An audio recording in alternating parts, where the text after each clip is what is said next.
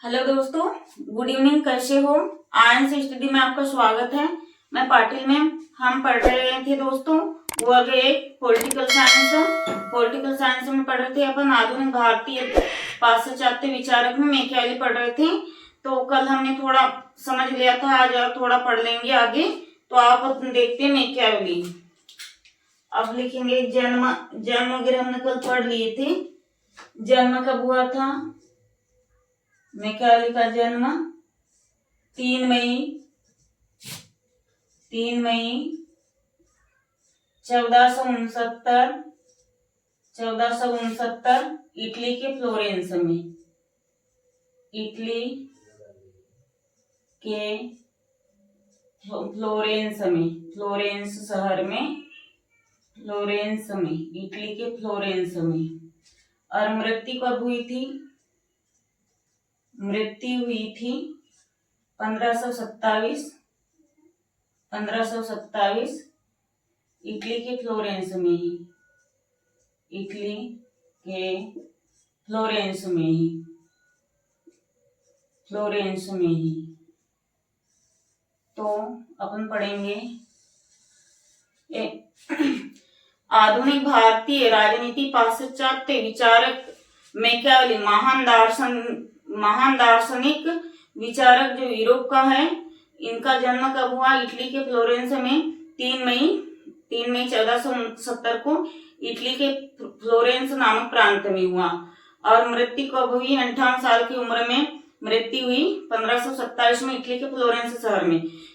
Machiavelli कैसा शासक था? महान दार्शनिक शासक था। यही ऐसा पहला विचारक था जिन्होंने राजनीति को धर्म से अलग किया, राजनीति को नैतिकता से पृथक किया और अपने सभी समूह में अलग अलग विचार प्रकट किए।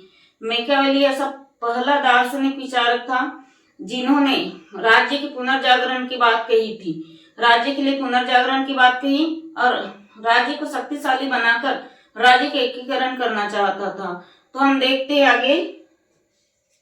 राज्य पुनर्जागरण, इसका आधा कल पढ़ लिए थे, इसलिए मैं पीछे का नहीं समझा रही हूं। राज्य पुनर्जागरण, राज्य का पुनर्जागरण, राज्य का पुनर्जागरण। अब राज्य का पुनर्जागरण कैसे हुआ हम पढ़ते हैं।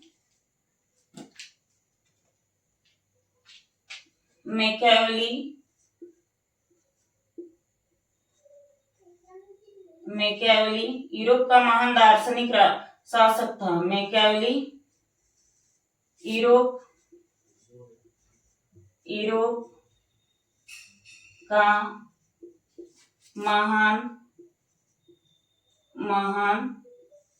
दार्शनिक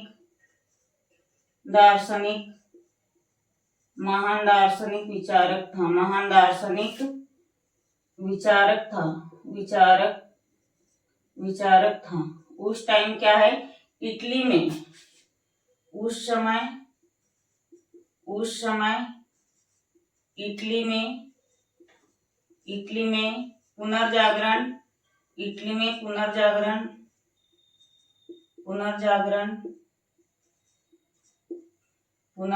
का काल चल रहा था।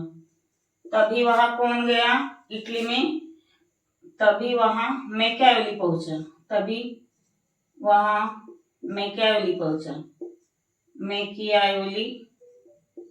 मैकियावेली जाता है। तब मैकियावेली जाता है। उस समय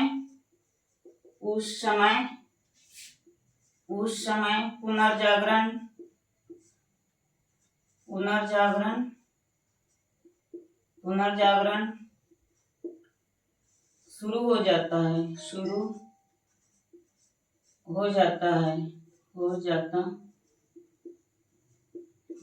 है। क्या है? जिस टाइम यूरोप से मैकियावेली कहा जाता है इटली, उस टाइम इटली में क्या है, पुनर्जागरण का काल चालू हो जाता है। लेकिन मैकियावेली के जाने के बाद और भी ज्यादा जोरों से और भी ज्यादा जोरों से क्या होता है, इटली का एकीकरण मतलब पुनर्जागरण का काल चालू हो जाता है। पुनर्जागरण का काल चालू होने से, अब यहां लिखेंगे अपन,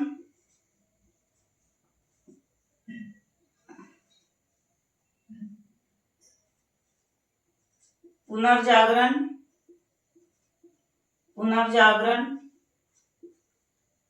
के कारण पोप का पतन हो जाता है।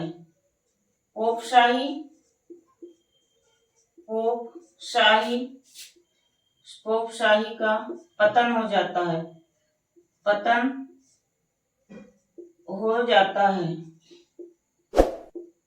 और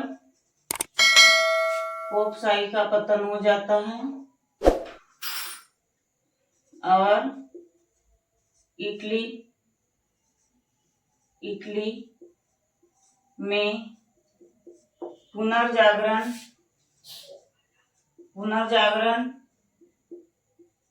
पुनर्जागरण का प्रारंभ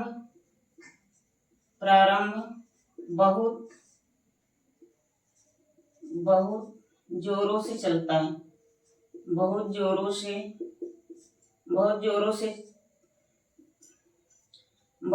से चलता है।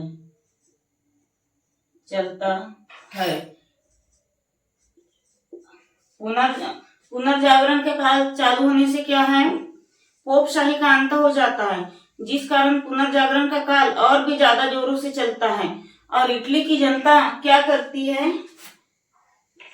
इटली की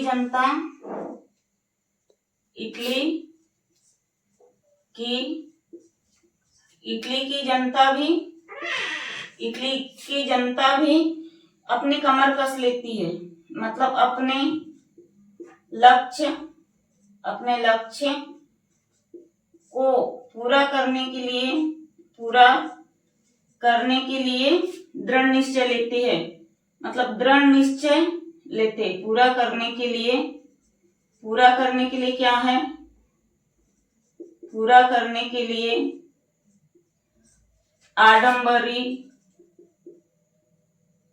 आडंबरों और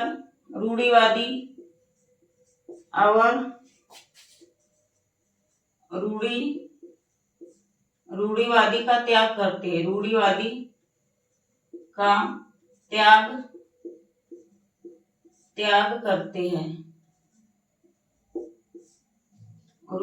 का त्याग करते हैं। मैकियावेली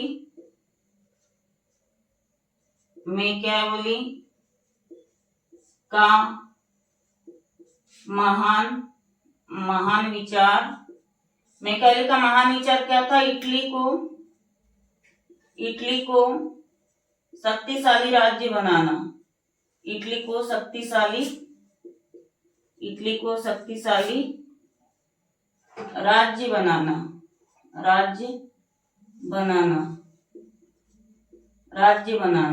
अब हम समझते हैं, पुनर्जागरण का काल चालू हो जाता है इटली में, जिसे पोपशाही का अंत हो जाता है और इटली की भी जनता अपनी कमर कस लेती है, दृढ़ निश्चय कर लेती है कि रूढ़िवादिता, अंधविश्वास है और आडंबरी को सबको त्याग कर हमें क्या है, राज्य को शक्तिशाली बनाने के लिए एकता करना है, एकजुट करना है।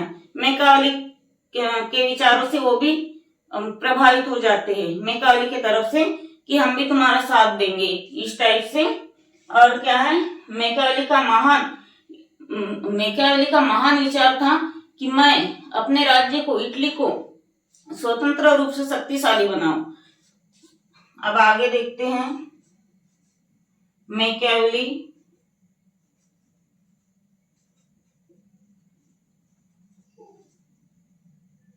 मैकियावेली ने धर्म से राजनीति मैकियावेली ने धर्म से राजनीति को अलग किया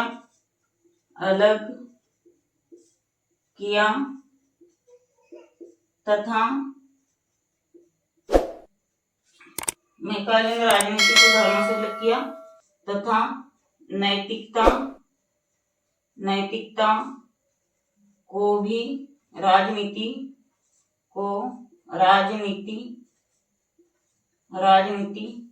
से पृथक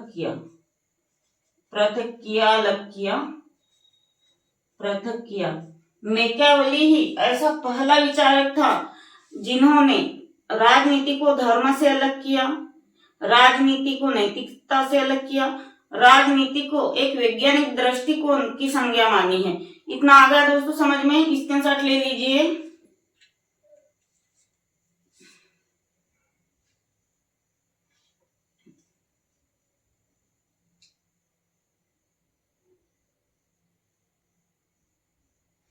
हो गया।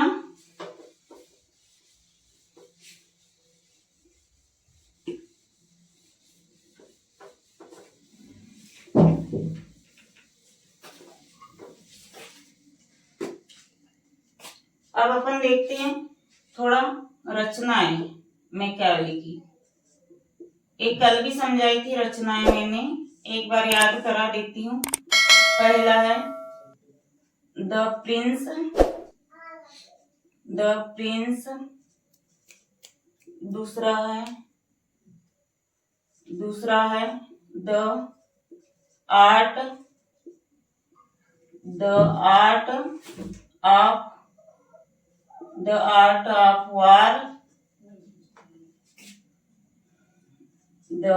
ऑफ वार, और तीसरा है द डिस्कोर्सेस,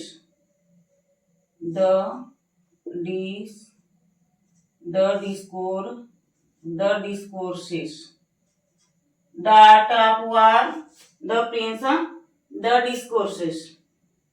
अब ये इसको समझेंगे अपन।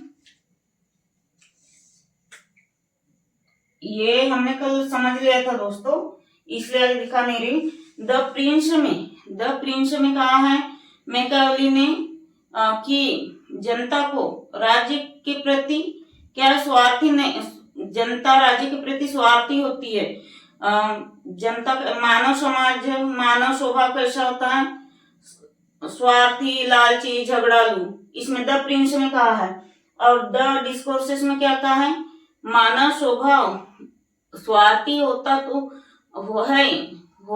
है स्वार्थी, लेकिन कुछ हद तक के।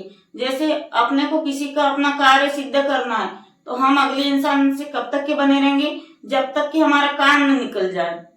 मतलब मानव स्वभाव को स्वार्थी और क्या है, घोर दानवी कहा। जब तक कि हम अपना कोई कार्य सिद्ध न कर ली तब तक कि हम अगले इंसान से जुड़े रहेंगे। लिखा देती हूँ द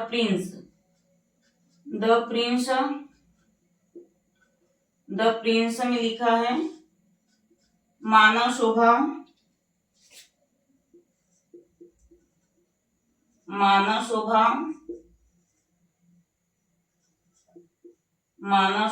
को स्वार्थी माना है,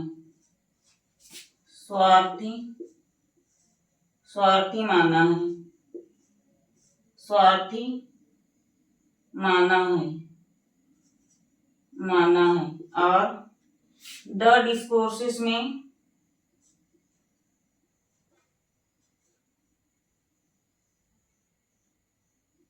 द डिस्कोर्सेस में माना है मानव स्वभाव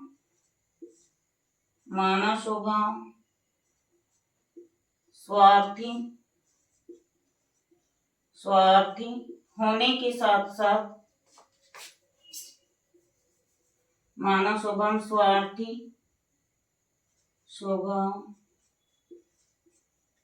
स्वार्थी होने के साथ घोर दानवी होता है, घोर दानवी होता